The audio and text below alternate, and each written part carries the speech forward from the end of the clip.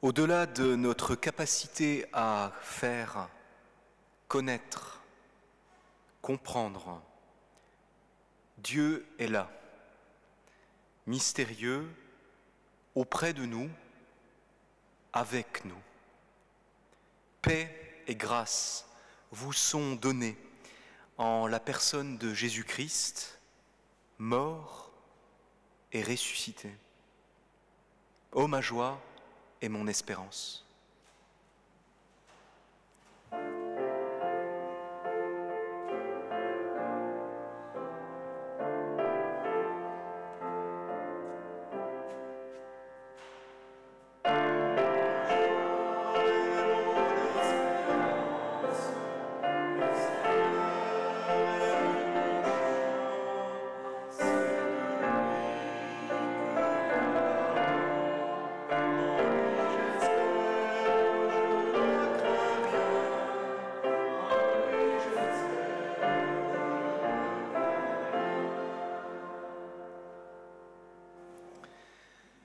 Tels les disciples d'hier, nous arrivons ce soir pour faire mémoire du dernier repas partagé par le Christ avec ses disciples, avec ce qui nous habite et que parfois, avec peine, nous portons en nous-mêmes. Toi, qui parfois es lassé et fatigué, sois le bienvenu. Toi qui si souvent recherches l'espoir et la paix, sois le bienvenu. Dans tes doutes, dans tes peurs, dans tes espoirs et dans tes élans de vie, ici, à la table du Seigneur, tu es accueilli pleinement et entièrement, tel que tu es. Sans crainte, sans jugement, sans question. Vraiment, sois le bienvenu. Seigneur, nous arrivons.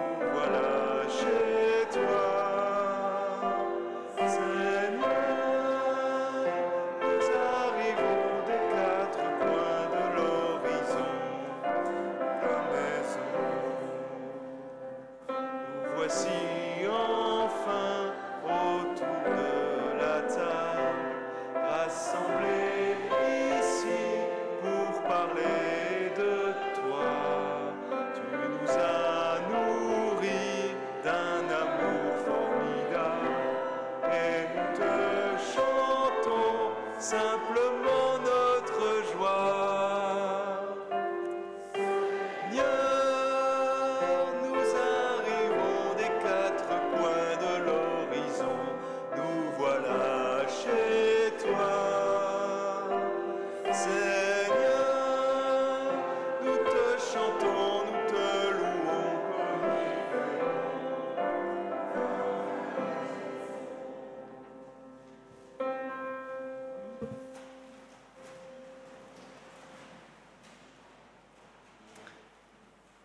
Prions avec la poésie de la Bible, la poésie du psaume. Je célèbre le Seigneur de tout mon cœur, dans la communauté des chercheurs de justice. Les œuvres de Dieu sont magnifiques, quête inépuisable pour ceux qui en découvrent la splendeur. Son action est grande et belle, et sa justice tient bon pour toujours. Il se souvient de chacun de nous, ses chefs-d'œuvre, nous enveloppant de sa grâce et de sa miséricorde. Il donne leur subsistance à ceux qui l'aiment d'amour. Jamais il ne se découragera de son alliance avec nous. Il fait confidence à son peuple de la beauté de ses projets. Il leur a confié la responsabilité des nations. Ses actes sont loyauté et justice. Toutes ces exigences sont fondées, inscrites pour toujours, établies dans la vérité et la droiture. Il délivre son peuple. Il scelle pour toujours son alliance. Son nom sacré est prodigieux à en frémir. Le seuil de la sagesse, c'est de frémir de joie à son approche. Comme ils ont raison ceux qui l'adorent, ils n'en auront jamais fini de le louer. Amen. Tel que je suis.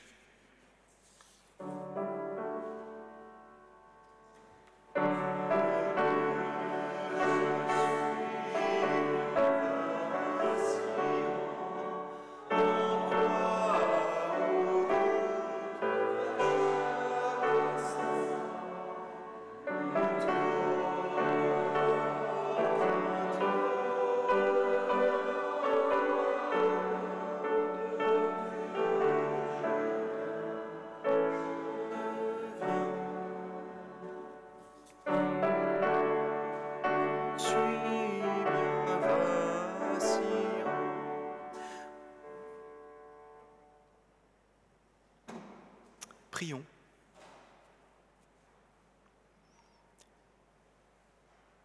Seigneur, Dieu de pardon, sur lequel si souvent nous projetons un Dieu de colère et d'abandon. Pardon pour notre difficulté à croire que tu nous accueilles sans condition. Tu ne nous en tiens pas rigueur, car tu sais, toi, ô combien est long le chemin et escarpées sont les voies qui mènent à une nouvelle perception de toi. Dans le silence de ta présence,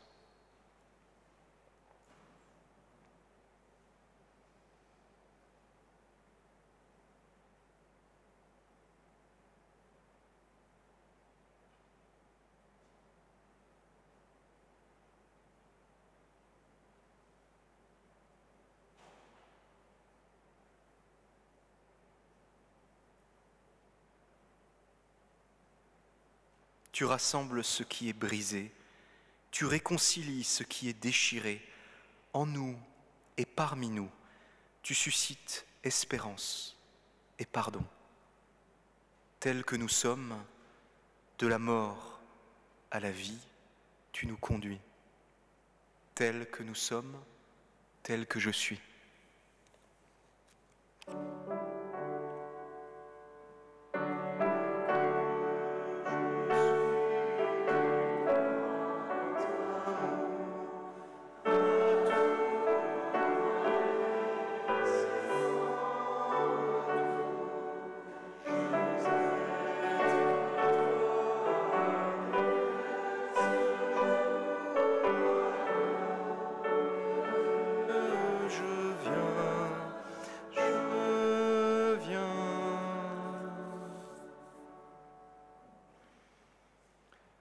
Seigneur, puisse le mystère de ta présence approfondir notre écoute et renouveler notre intelligence, afin que par ton esprit, cette parole humaine devienne en nous et parmi nous parole de naissance nouvelle. Notre Dieu, apprends-nous à parler ta parole. Apprends-nous à vivre de ta parole. Nous t'écoutons. Amen.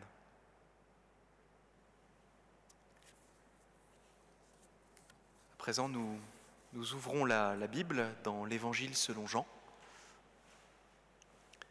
Est-ce que nous avons prévu quelques lecteurs? Ce sera la surprise de la soirée, lecteur ou lectrice.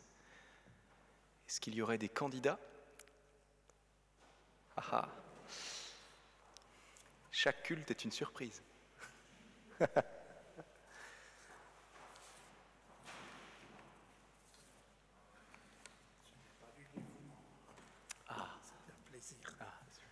Je lis quoi? Oh bah écoute, là, juste là. C'est tout. Hein? Oui, mais si tu veux, tu peux lire le deuxième ou le livre comme tu veux. Tu veux que je lise le deuxième? Tu es OK? D'accord.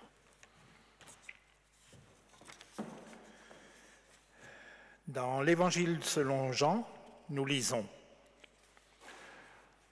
Avant la fête de la Pâque, Jésus, sachant que son heure était venue, l'heure de passer de ce monde au Père, lui qui avait aimé les siens qui sont dans le monde, les aime jusqu'à l'extrême.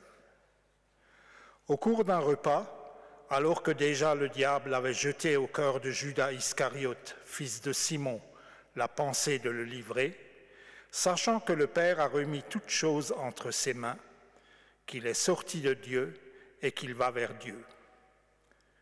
Jésus se lève de table, dépose son vêtement et prend un linge dont il se ceint. Il verse ensuite de l'eau dans un bassin et commence à laver les pieds des disciples et à les essuyer avec le linge dont il était ceint. Il arrive ainsi à Simon-Pierre qui lui dit: « Toi, Seigneur, me laver les pieds ?» Jésus lui répond: « Ce que je fais, tu ne peux le savoir à présent, mais par la suite tu comprendras. » Pierre lui dit: « Me laver les pieds à moi, jamais. » Jésus lui répondit: « Si je ne te lave pas, tu ne peux pas avoir part avec moi. » Simon-Pierre lui dit: « Alors, Seigneur, non pas seulement les pieds, mais aussi les mains et la tête. » Jésus lui dit: « Celui qui s'est baigné n'a nul besoin d'être lavé, car il est entièrement pur. Et vous, vous êtes purs, mais non pas tous. » Il savait en effet qui allait le livrer. Et c'est pourquoi il dit: « Vous n'êtes pas tous purs. » Lorsqu'il eut achevé de leur laver les pieds, Jésus prit son vêtement, se remit à table et leur dit: « Comprenez-vous ce que je fais pour vous? Vous m'appelez le Maître et le Seigneur, et vous dites bien, car je le suis. Dès lors, si je vous ai lavé les pieds, moi, le Seigneur et le Maître, vous devez vous aussi vous laver les pieds les uns les autres. Car c'est un exemple que je vous ai donné. Ce que j'ai fait pour vous, faites-le vous aussi. Je vous donne un commandement nouveau. Aimez-vous les uns les autres. Comme je vous ai aimé, aimez-vous les uns les autres. À ceci, tous vous reconnaîtront pour mes disciples, à l'amour que vous aurez les uns pour les autres. »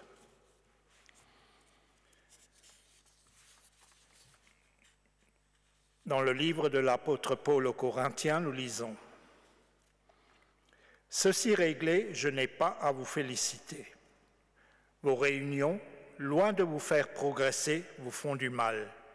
Tout d'abord, lorsque vous vous réunissez en assemblée, il y a parmi vous des divisions, me dit-on, et je crois que c'est en partie vrai.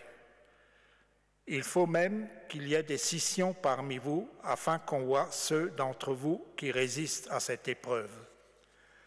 Mais quand vous vous réunissez en commun, ce n'est pas le repas du Seigneur que vous prenez, car au moment de manger, chacun se hâte de prendre son propre repas, en sorte que l'un a faim, tandis que l'autre est ivre. N'avez-vous donc pas de maison pour manger et pour boire? Ou bien Méprisez-vous l'Église de Dieu et voulez-vous faire affront à ceux qui n'ont rien? Que vous dire? Faut-il vous louer? Non, sur ce point, je ne vous loue pas. En effet, voici ce que moi j'ai reçu du Seigneur et ce que je vous ai transmis. Le Seigneur Jésus, dans la nuit où il fut livré, prit du pain. Et après avoir rendu grâce, il le rompit et dit, « Ceci est mon corps qui est pour vous. Faites cela en mémoire de moi. » Il fit de même pour la coupe après le repas en disant, « Cette coupe est la nouvelle alliance en mon sang. Faites cela toutes les fois que vous en boirez en mémoire de moi. Car toutes les fois que vous mangez ce pain et que vous buvez cette coupe, vous annoncez la mort du Seigneur jusqu'à ce qu'il vienne. C'est pourquoi celui qui mangera le pain ou boira la coupe du Seigneur indignement se rendra coupable envers le corps et le sang du Seigneur. Que chacun s'éprouve soi-même avant de manger ce pain et de boire cette coupe. Car celui qui mange et boit sans discerner le corps, mange et boit sa propre condamnation. Voilà pourquoi il y a parmi vous tant de malades et d'infirmes, et qu'un certain nombre sont morts. Si nous nous examinons nous-mêmes, nous ne serons pas jugés, mais le Seigneur nous juge pour nous corriger, pour que nous ne soyons pas condamnés avec le monde. Ainsi donc, mes frères, quand vous vous réunissez pour manger, attendez-vous les uns les autres. Si l'on a faim, qu'on mange chez soi, afin que vous ne vous réunissiez pas pour votre condamnation.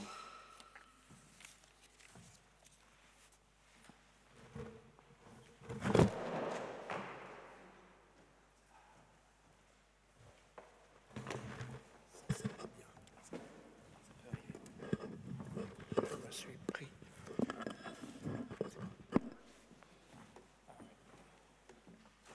Ça va?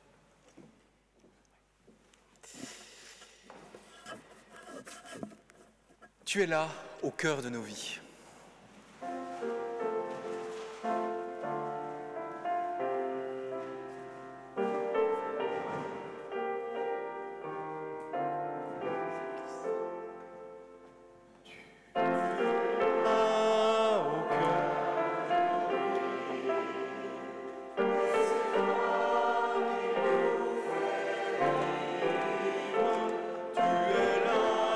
Au cœur de nos vies.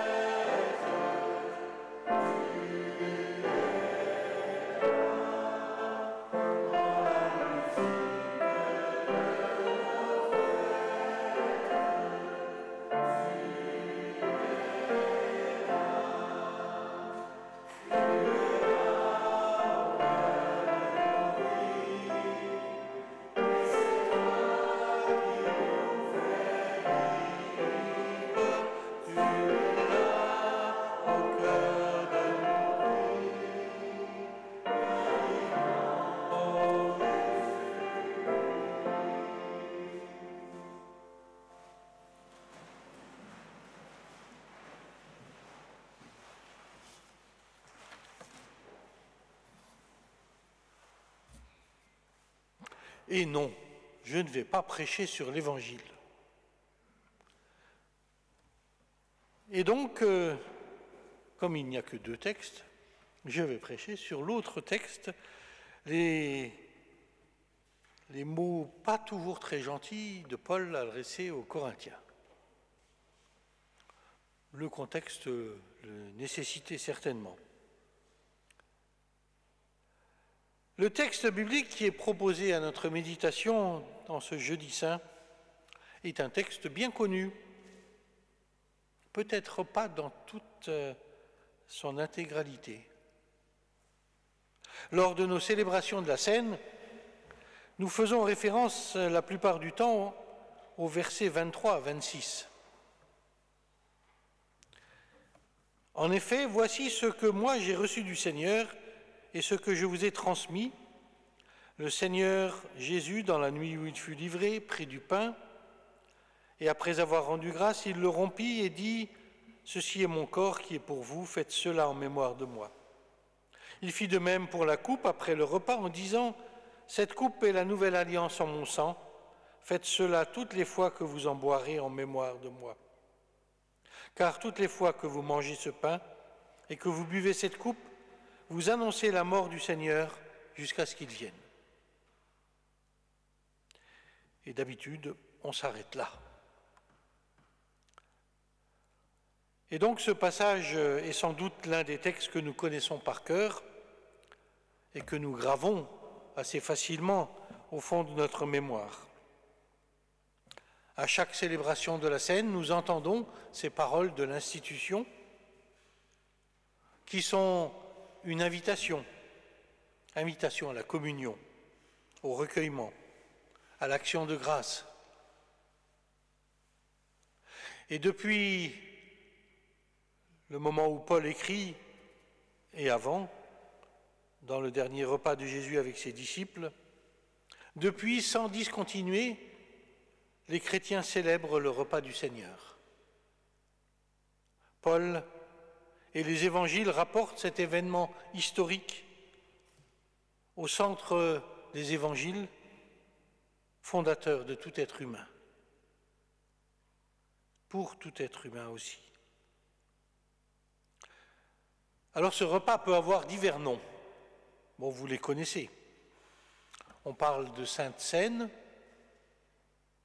du latin, Kena, le repas, mais aussi de communion et d'Eucharistie. Une même réalité qui varie selon le sens qu'on veut lui donner, privilégié. Les interprétations de ce dernier repas de Jésus sont diverses et variées. Elles continuent à faire débat aujourd'hui. Selon les traditions des différentes confessions, la présence spirituelle ou réelle du Seigneur est diversement interprétée. C'est d'ailleurs un des points de divergence aujourd'hui entre les Églises.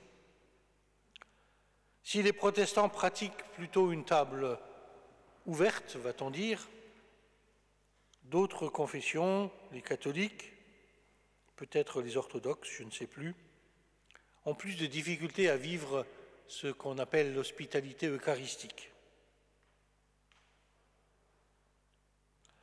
À la veille de sa mort, Jésus et ses disciples célèbrent le repas de la Pâque, le Seder, dans la tradition juive.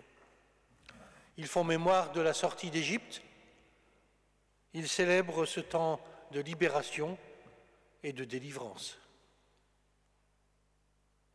Notre Pâque s'enracine dans cette fête qui célèbre le passage de la mort à la vie. Ce soir-là, il y a du pain, du vin. Jésus va donner un autre sens à ce repas à travers ses paroles et ses gestes. Ce dernier repas a peut-être quelque chose de tragique, parce que nous connaissons la suite. Quelque chose d'une grande tristesse. D'ailleurs, c'est un repas d'adieu et ce sont toujours des moments émouvants, un moment d'arrachement et de séparation. Pourtant, ce dernier repas de Jésus avec ses disciples est illuminé par une joie difficile à décrire. Il ouvre un chemin de vie, un chemin d'espérance, une espérance au-delà de tout désespoir. Il nous ouvre l'avenir avec une promesse que le Christ demeure toujours avec nous. Les disciples n'ont sans doute pas compris tout de suite les gestes et les paroles de Jésus. Comme Jésus le dit lui-même à Pierre avant ce repas pour le lavement des pieds. Ce qui le préoccupe pour l'instant est la question: qui va le trahir? Qui va le trahir? Et oui, à chaque instant, chaque disciple, chacun de nous est susceptible de trahir le Christ. Nos gestes maladroits, nos paroles irréfléchies, nos manquements vis-à-vis de nos prochains sont des occasions de trahison. Malgré cela, le Christ reste présent. Dans notre texte, l'apôtre Paul fait un constat amer au sujet de la vie communautaire à Corinthe, notamment autour du partage de la scène. Les chrétiens de Corinthe sont en proie à des divisions, à des rivalités, à des injustices. Le repas du Seigneur est négligé, il est dévoyé. C'est le règne du chacun pour soi. Il n'y a pas de communion. Ce repas est devenu pratiquement un acte solitaire, voire égoïste. Les Corinthiens prennent leur repas comme dans un self aujourd'hui. Pire encore, ceux qui ont les moyens de faire bombance, de profiter d'un repas riche, humilient les pauvres qui ont une simple et maigre pitance.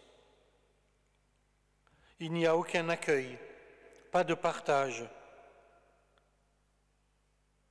Et ce manque d'accueil et de partage risque de mettre en péril l'existence de la communauté. Pour Paul, c'est au mépris de l'Église de Dieu et des plus pauvres. Paul n'est pas contre un bon repas, mais il y a d'autres lieux et d'autres moments pour cela.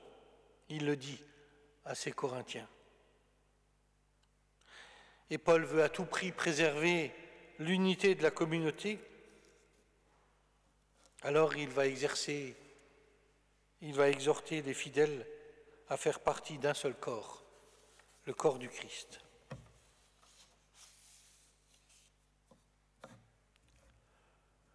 Alors tout à l'heure, en ce jeudi saint, en prenant part au repas du Seigneur, nous sommes invités à prendre part au festin de l'amour. Une invitation, c'est un geste d'amour, un geste de reconnaissance, un geste de bienveillance.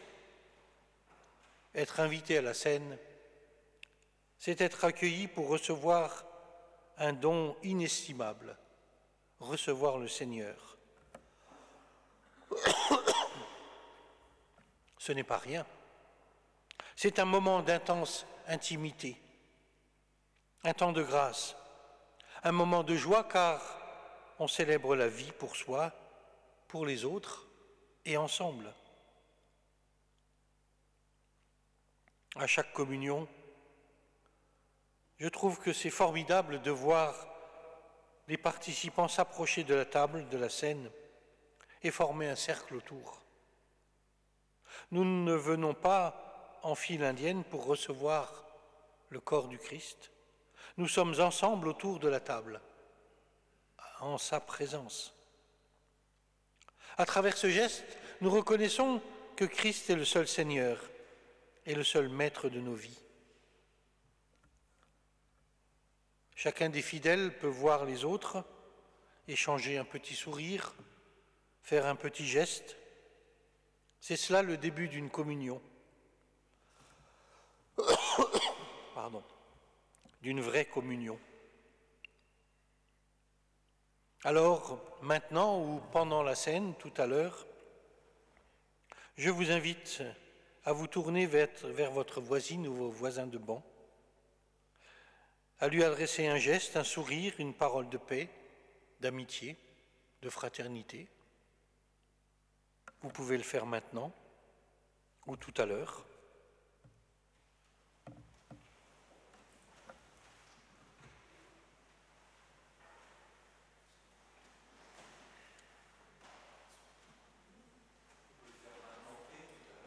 Et on peut le faire maintenant et tout à l'heure.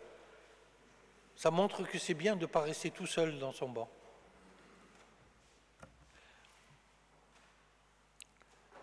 Avec ce geste, nous sommes tous à égalité devant le Christ.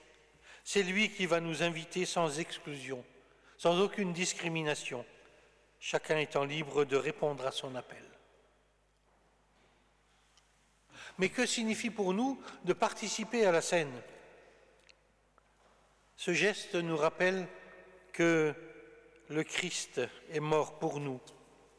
Il est mort pour que nous vivions. Sa mort est une offrande. Le sacrifice de Jésus, c'est le don de sa vie pour nous. C'est un amour sans limite, offert pour le bonheur des vivants. Et nous disons merci, nous rendons grâce. C'est notre premier geste de foi. Notre gratitude va vers Dieu pour son amour, pour ce que nous sommes, pour tout ce que nous recevons de lui tous les jours. Et puis la scène est un appel aux fidèles à vivre une réalité essentielle qui l'aide à grandir dans la foi. Chaque fidèle, chacun de nous est appelé à vivre autrement sa foi, non pas seulement par l'écoute et l'intelligence, mais de tout son être, de tout son corps.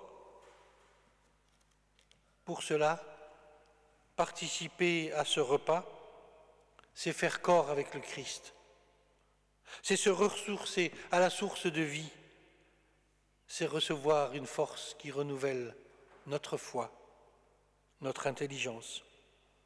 C'est une force de joie et de résurrection.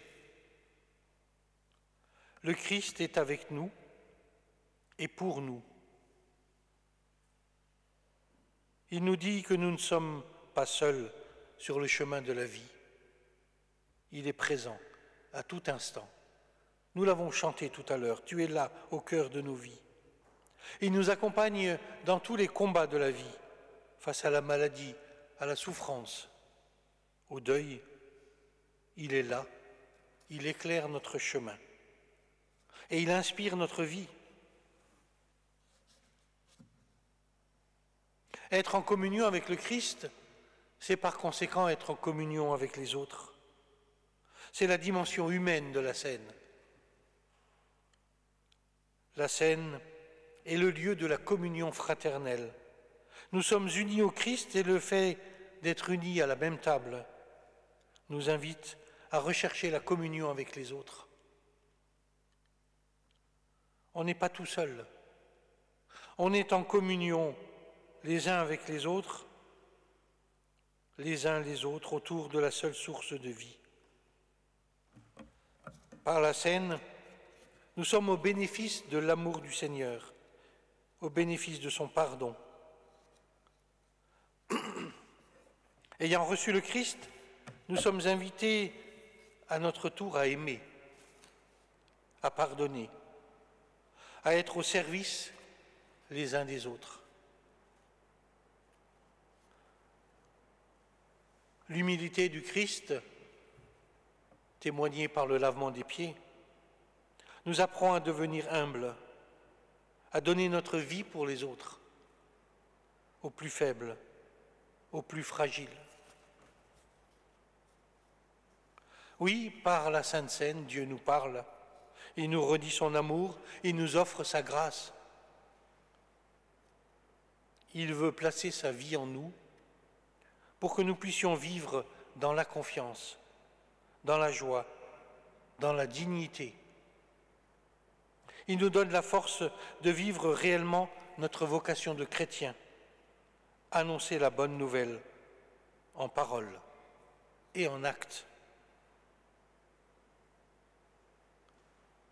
Habités par le Christ vivant, en sa compagnie, nous sommes appelés à construire un monde plus fraternel, plus juste, où personne n'est jugé selon ce qu'il possède,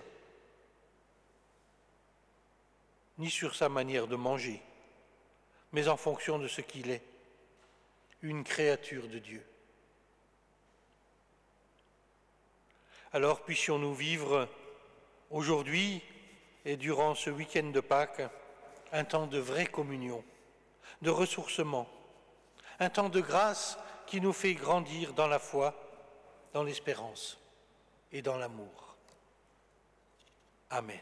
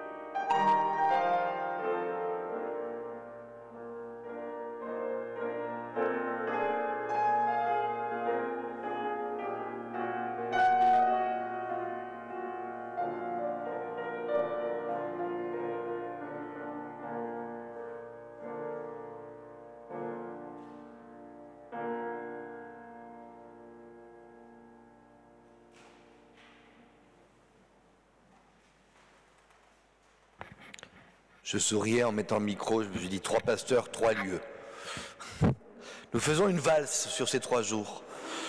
En 3 temps, il y a 3 cultes, 3 pasteurs, et nous partageons 3 fois la partie du texte.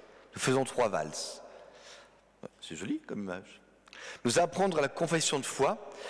Alors, vous savez qu'on discute souvent sur l'ordre dans lequel on met la confession de foi dans le culte. On en parlait tout à l'heure avec Francis. Il apparaît maintenant après la prédication, comme si c'était un signe que nous avons reçu un enseignement et que la confession de foi est une prolongation de l'enseignement.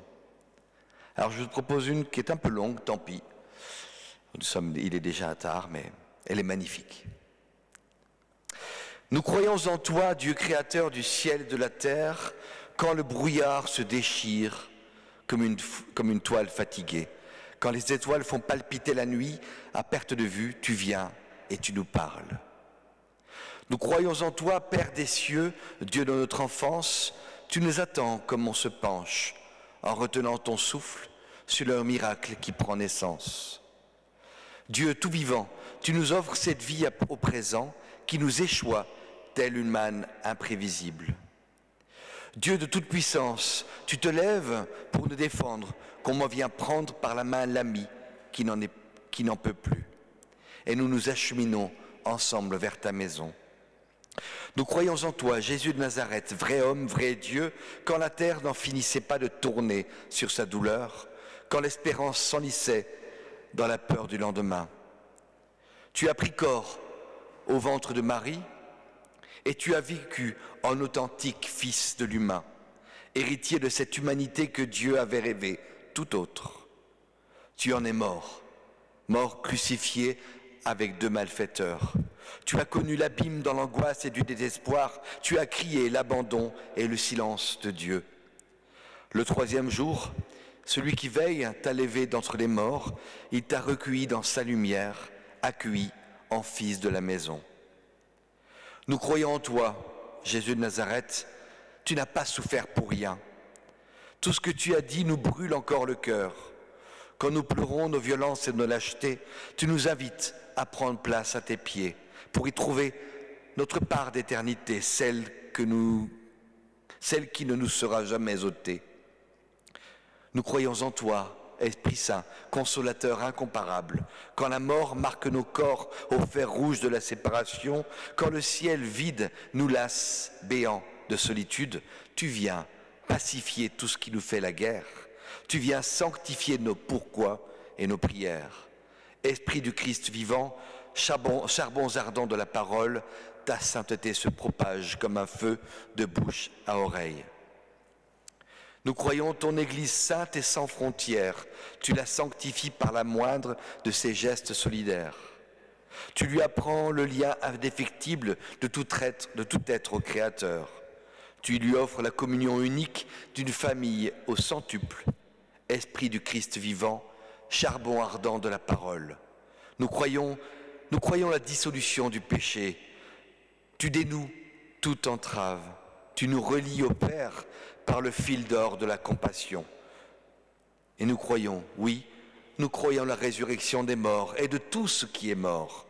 Tu souffles la vie aux tombes glacées de nos relations. Nous croyons en la vie éternelle, l'heure du cœur à cœur, et cela pour toujours. Amen. Et la foi qui est proclamée se transforme, se vit aussi à travers le temps d'offrande.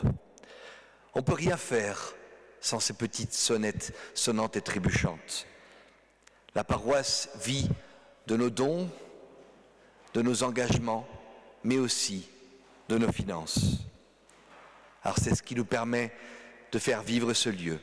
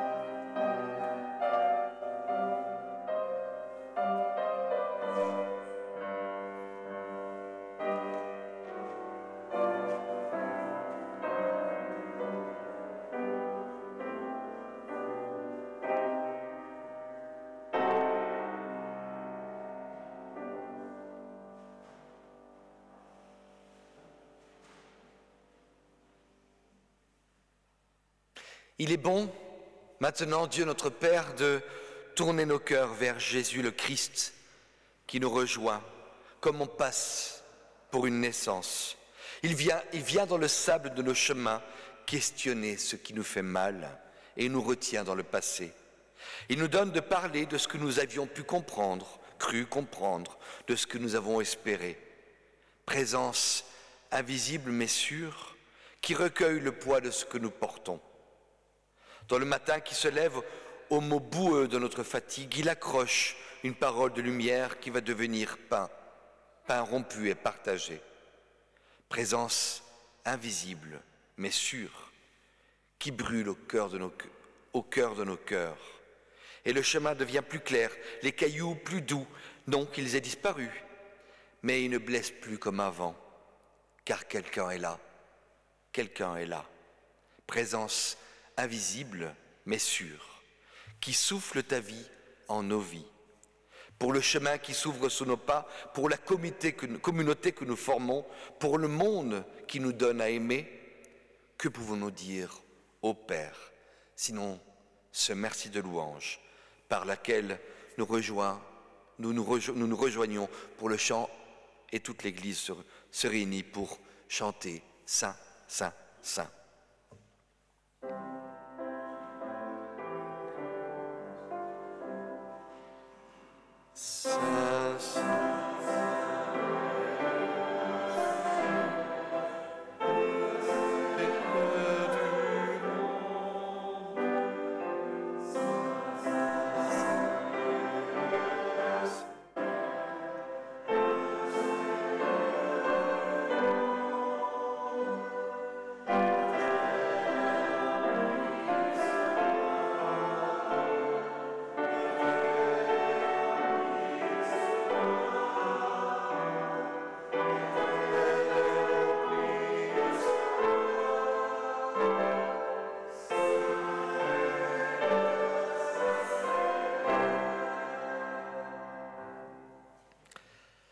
Normalement, dans la période de prière eucharistique, nous relisons le texte que nous avons lu déjà 2 fois.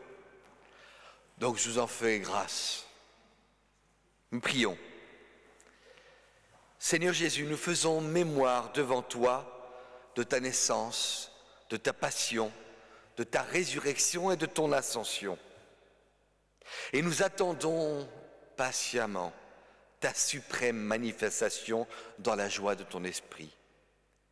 Seigneur Jésus, merci de cet ordre que tu nous as donné, ayant conscience que dans notre faiblesse, nous avons besoin d'un mémorial, pour ne pas oublier ce que tu as fait sur cette terre il y a 2000 ans maintenant. Par ce mémorial, nous traversons les siècles, étant en même temps à tes côtés, parmi les disciples, aujourd'hui ensemble, autour de cette table et demain dans ton royaume à festoyer avec toi. Ce temps-là est une machine à remonter le temps, à vivre dans le temps. Nous vivons hier, aujourd'hui et demain ensemble. Hier auprès du Christ, aujourd'hui ensemble en sa présence et demain dans la joie de sa résurrection.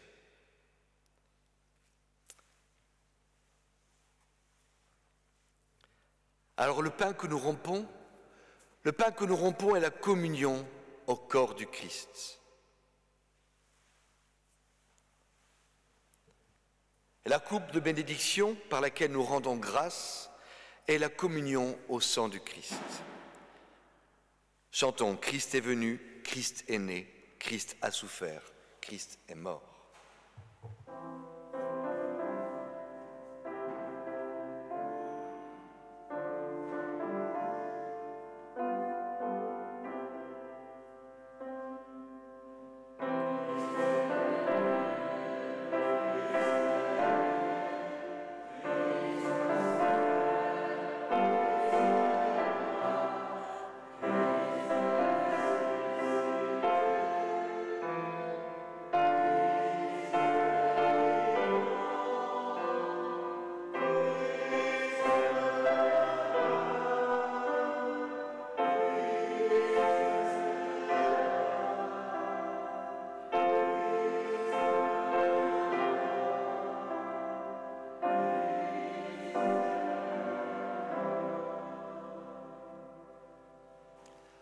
envoie ton esprit sur nous, sur ce pain et sur ce fruit de la vigne, afin que nous ayons part à la communion au corps et au sang du Christ. Qu'elle transforme notre vie et nous donne la joie de vivre ton royaume, de rentrer et de nous réjouir de ton royaume. Par le Christ, avec lui, en lui, à toi, Dieu le Père Tout-Puissant, dans l'unité du Saint-Esprit, tout honneur et toute gloire te soit rendue. Alors je vous invite à me rejoindre. Tout est prêt. Le repas vous attend.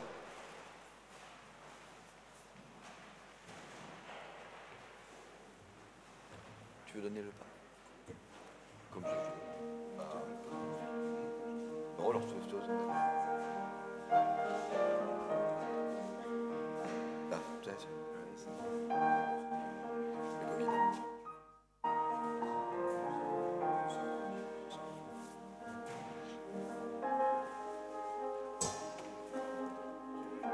Ah, et je le jus. Oui, l'un ou l'autre. Je l'ai indiqué.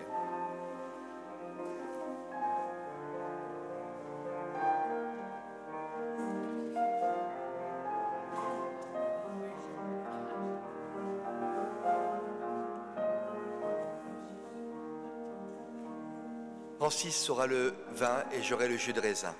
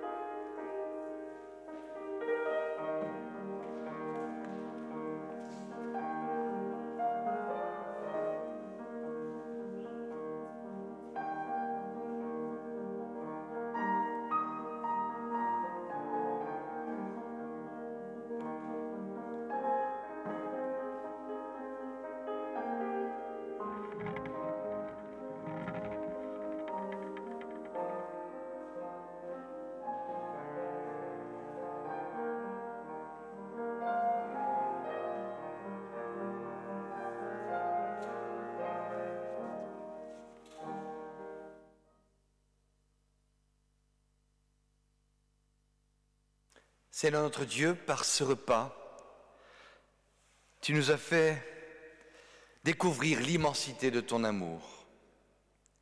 Que cette communion ravive en nous le désir, ce désir ardent de rechercher et de vivre ton royaume, de vivre dans le droit, de vivre dans la justice. Seigneur, tu es béni au siècle des siècles. Merci de cette commémoration qui nous ramène chaque fois à la communion en ton corps et ton sang. Amen. Je vous invite à reprendre place.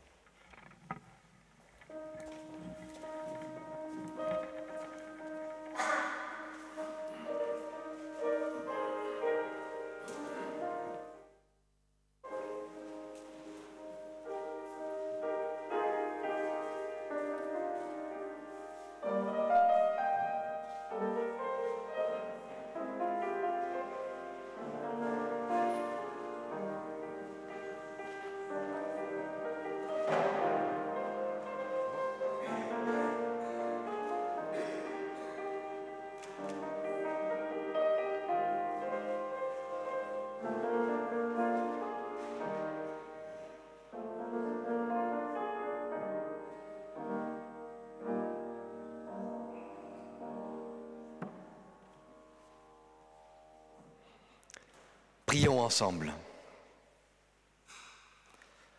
Seigneur Dieu, aujourd'hui, nous sommes remémorés ce repas que tu as instauré, que ce repas de communion puisse rassasier notre faim. Seigneur, donne ton pain à ceux qui ont faim et faim de toi à ceux qui ont du pain. Toi seul, tu es notre force, renforcée par ce pain qui nous nourrit et ce fruit de la vigne qui nous désaltère. Seigneur, donne force à ceux qui sont faibles et humilité à ceux qui se croient forts. Toi seul, tu es la vérité. Ce repas nous permet de vivre cette communion en ta vérité qui nous relève et qui nous libère.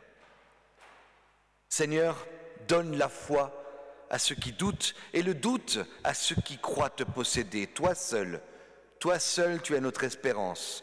Et par ce repas, nous pouvons regarder vers l'avenir avec l'assurance de ta présence à nos côtés. Seigneur, donne confiance à ceux qui ont peur et crainte à ceux qui ne font confiance qu'à eux-mêmes. Toi seul, tu es notre lumière qui nous ouvre un chemin de vie et un chemin d'amour par ta parole qui nous révèle toutes choses et ton esprit qui nous inspire. Seigneur, donne ta lumière à ceux qui te cherchent et tu gardes ton amour pour ceux qui t'ont trouvé. Dans le silence, Seigneur, nous te confions celles et ceux qui nous tiennent à cœur.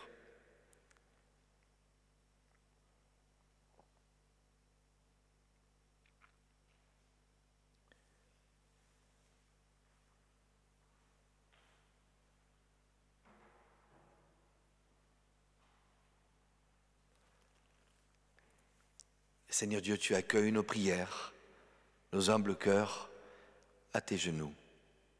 Et nous nous unissons pour exprimer notre prière. Notre Père, qui es aux cieux, que ton nom soit sanctifié, que ton règne vienne, que ta volonté soit faite sur la terre comme au ciel. Donne-nous aujourd'hui notre pain de ce jour. Pardonne nos offenses comme nous pardonnons aussi à ceux qui nous ont offensés. Et ne nous laisse pas entrer en tentation, mais délivre-nous du mal, car c'est à toi qu'appartiennent le règne, la puissance et la gloire pour les siècles des siècles. Amen. À toi la gloire.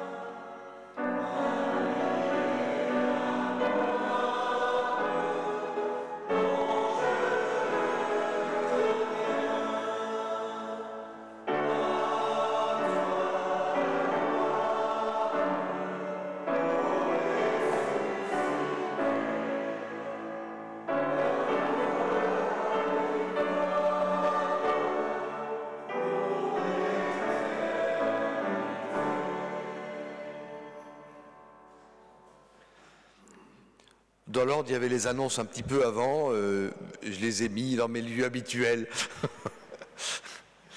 Et oui, les habitudes, elles ont la peau dure. Hein. Alors, les annonces. Ben oui, les cultes de Pâques, là, aujourd'hui, nous sommes jeudi ça. Demain matin, à Saint-Étienne, et le 20 avril, à Saint-Étienne encore, à 10h, avec baptême. Godly Play, prochaine fois, 17 mai, ici même, à Guebwiller. Oui, je ne sais même pas lire en fait. Le samedi 17 mai à Guebwiller, oui. Pour la journée des enfants, oui. La prochaine étude biblique, c'est le 28 avril, c'est autour de la Bible à Dornac. Ensuite, ma foi, pourquoi pas, le 30 avril, Calvaire et Lutin. C'est deux nouveaux personnages qu'on vient de découvrir. Vous allez découvrir Calvaire et Lutin. Si ça vous intéresse de savoir qui est le Calvaire et qui est le Lutin, n'hésitez pas à venir. On ne sait jamais. Le 23 avril à 19h à la Maison du Protestantisme, la prochaine animation biblique. Donc c'est la semaine prochaine. Et puis la fin du mois, toujours, la rencontre avec le groupe écuménique autour du texte d'Élie.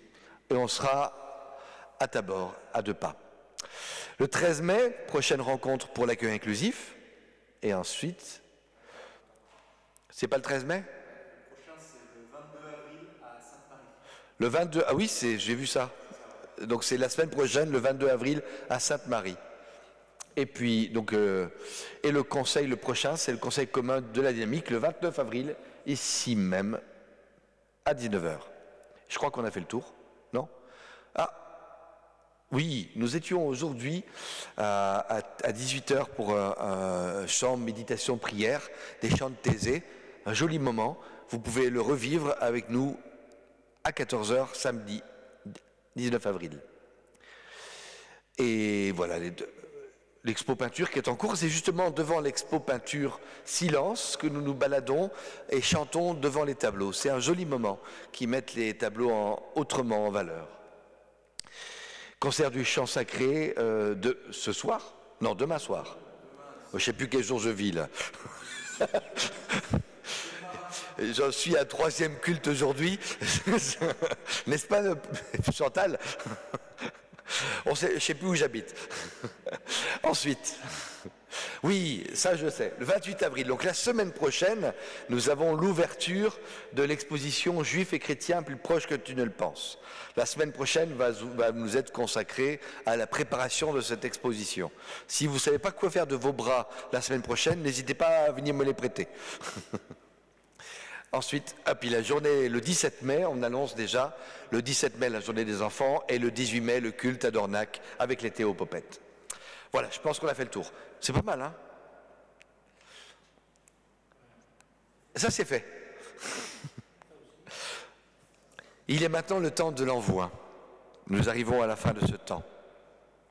Je reprends un verset important des textes du jour. Je vous lis. Je vous donne un commandement nouveau.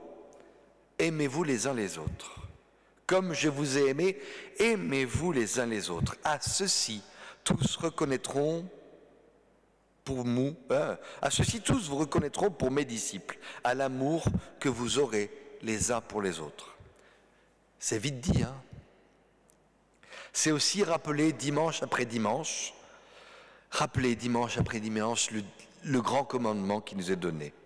Aujourd'hui, nous commémorons le repas de la Nouvelle Alliance, seul sacrement, s'il en faut un, reconnu par notre Église. Ce qui définit le sacrement, c'est ce qui est ordonné par Jésus. Et ceci, aimez-vous les uns les autres, pour moi, est le parfait sacrement. Si j'oserais dire, c'est le seul sacrement. Ça, c'est ma théologie. Il n'y a qu'un seul sacrement, c'est cet ordre, commandement nouveau, aimez-vous les uns les autres. Alors je vous invite à vous lever. Que le Seigneur te bénisse, que le Seigneur te garde. Son amour pour toi ne change pas. Son amour pour toi est inépuisable. Son alliance de paix avec toi est inébranlable. Le Seigneur fait briller sur toi son visage et il t'accorde sa grâce. Il te conserve son amour, il te conserve sa tendresse. C'est le Seigneur lui-même qui le dit. Il tourne vers toi son visage et te donne sa paix, pour devenir un soutien au monde renforcé de l'amour qu'il te manifeste. Va, va, et le Seigneur t'accompagne. Va, il est avec toi tous les jours de la vie. Va et aime ton prochain comme toi-même. Amen. Que le Seigneur vous bénisse.